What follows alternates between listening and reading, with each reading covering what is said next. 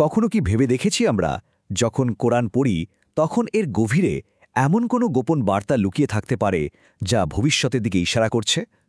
দেখুন, কোরআন তো কোনো সায়েন্সের বই না, বরং এটা হলো নিদর্শনের কিতাব।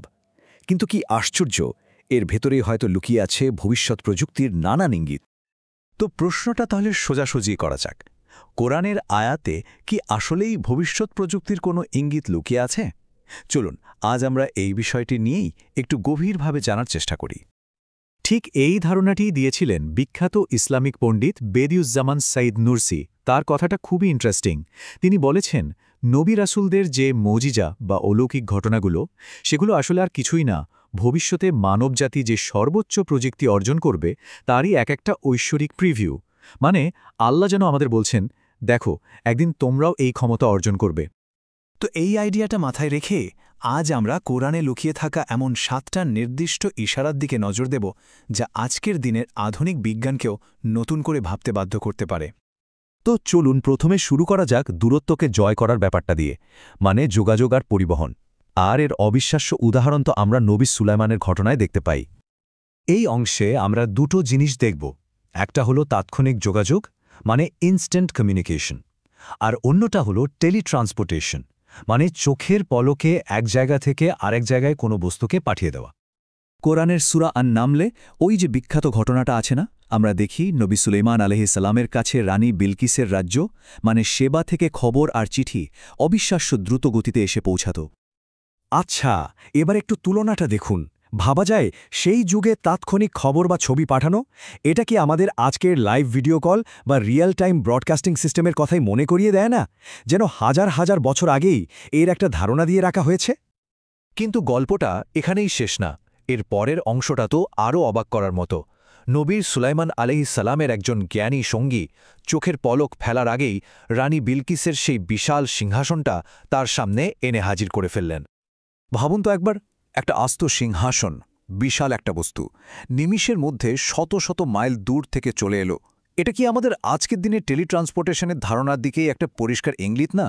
যেটা স্বপ্ন আমরা এখন সায়েন্স ফিকশনে দেখি, কুরআনে সেই ঘটনার বর্ণনা অলৌকিক সত্যি হিসেবেই এসেছে। আচ্ছা, দূরত্ব জয় করার পর এবার চলুন জীবনের আরও গভীর এক রহস্যের দিকে তাকায়।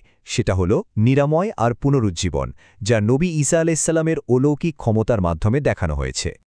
এখানেও আমরা দুটো ইশারা খুঁজে পাব, একটা হলো জেনেটিক কিওর বা জিনগত রোগের নিরাময়, আর অন্যটা হলো রিজেনারেটিভ টেকনোলজি মানে পুনরুৎপাদন প্রযুক্তি।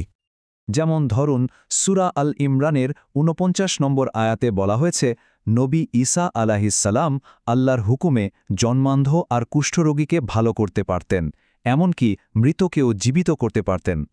একটু ভেবে দেখুন, জন্মান্ধকে ভালো করে দেওয়ার মানে কি? এর মানে হলো জন্ম থেকে থাকা একটা ত্রুটিকে সারিয়ে তোলা। আজকের দিনের বিজ্ঞান তো ঠিক এই কাজটাই করতে চাইছে, জেনেটিক ইঞ্জিনিয়ারিংয়ের মাধ্যমে, যেন জন্মগত রোগগুলোকে একেবারে গোড়া থেকে নির্মূল করা যায়। তাহলে ঈসা আলাইহিস সালামের এই মুজিজা কি জেনেটিক সায়েন্সের চূড়ান্ত সাফল্যের দিকেই একটা ইঙ্গিত? আর মৃতকে জীবিত করা, ওহ, এটা তো আরও বড় ব্যাপার। জীবন আর মৃত্যুর রহস্য নিয়ে আমরা তো এখনও কতটুকুই বা জানি। কোরআন যেন আমাদের বলছে, মানুষ হয়তো একদিন সেই জ্ঞান অর্জন করতে পারবে যা দিয়ে জীবনের মৌলিক সূত্রগুলো বোঝা সম্ভব হবে। এটা কি আজকের রিজেনারেটিভ মেডিসিনের সর্বোচ্চ লক্ষ্যের দিকেই একটা ইশারা নয়? তো জীবন রহস্য থেকে বেরিয়ে এবার একটু চোখ ফেরানো যাক পৃথিবী আর মহাবিশ্বের দিকে, যেখানে জ্ঞান এবং ক্ষমতা নিয়ে কিছু অসাধারণ ইঙ্গিত লুকিয়ে আছে। এখানে আমরা পরপর 3টা জিনিস দেখব: পৃথিবীর গভীরে লুকিয়ে থাকা সম্পদ বের করা, মহাকাশে ভ্রমণ করা, আর সব তথ্যের এক বিশাল ডেটাবেসে অ্যাক্সেস পাওয়া। নবী মুসা আলাইহিস সালামের সেই অলৌকিক ঘটনার কথা মনে আছে তো, যখন তিনি তার লাঠি দিয়ে পাথরে আঘাত করেছিলেন আর সেখান থেকে পানি বেরিয়ে এসেছিল? এই ঘটনাটা কি আমাদের এটা ভাবতে সাহায্য করে না যে মানবজাতি একদিন এমন উন্নত প্রযুক্তি তৈরি করবে যা দিয়ে মাটির অনেক গভীর থেকে পানি বা খনিজের মতো সম্পদ বের করে আনা সম্ভব হবে? এরপর আসা যাক মহাকাশ যাত্রার কথায়। সূরা আর রহমানের ওই আয়াতটা তো অসাধারণ। আল্লাহ সেখানে জিন আর মানুষকে চ্যালেঞ্জ করছেন, হে জিন ও মানব সম্প্রদায়, আকাশমণ্ডলী ও পৃথিবীর সীমা যদি তোমরা পার হতে পারো তবে পার হয়ে যাও, কিন্তু তোমরা তা পারবে না শক্তি ছাড়া। এই যে শক্তি বা সুলতানের কথা বলা হচ্ছে, এটা কি প্রযুক্তি ছাড়া আর কিছু? আজকের রকেট বা স্পেসক্রাফট তো সেই শক্তিরই প্রমাণ। আর সবশেষে ভাবুন তো জ্ঞানের এই বিশাল ভাণ্ডারের কথা। আমরা আজ ক্লাউড কম্পিউটিং বা বিগ ডেটা নিয়ে কত কথা বলি। আল্লাহ কুরআনে বলছেন, আমি কিতাবে কোনো কিছুই বাদ দেইনি। আবার বলছেন, তোমরা যা করতে তা আমি অবশ্যই রেকর্ড করে রেখেছিলাম। তাহলে কুরআনের এই যে সুস্পষ্ট কিতাব বা লোহে মাহফুজের ধারণা, এটা কি আজকের দিনের ক্লাউড কম্পিউটিং বা এমন এক ইউনিভার্সাল ডেটাবেসের কথাই মনে করিয়ে দেয় না, যেখানে মহাবিশ্বের প্রতিটি ঘটনা নিখুঁতভাবে রেকর্ড করা আছে? তো এত সব আলোচনার পর আমরা ঠিক কোথায় এসে দাঁড়ালাম? এই সমস্ত নিদর্শন থেকে আমাদের কি শেখার আছে? দেখুন, মূল কথাটা হল কোরআন আমাদের শুধু নৈতিকতার পথই দেখায় না, বরং এটা আমাদের চিন্তা করতে, প্রশ্ন করতে আর গবেষণা করতেও উৎসাহিত করে। কে জানে, যখন বিজ্ঞান নতুন কিছু আবিষ্কার করে তখন হয়তো সে কোরআনেরই কোনো এক লুকানো নিদর্শনের সত্যটা প্রমাণ করে ফেলে।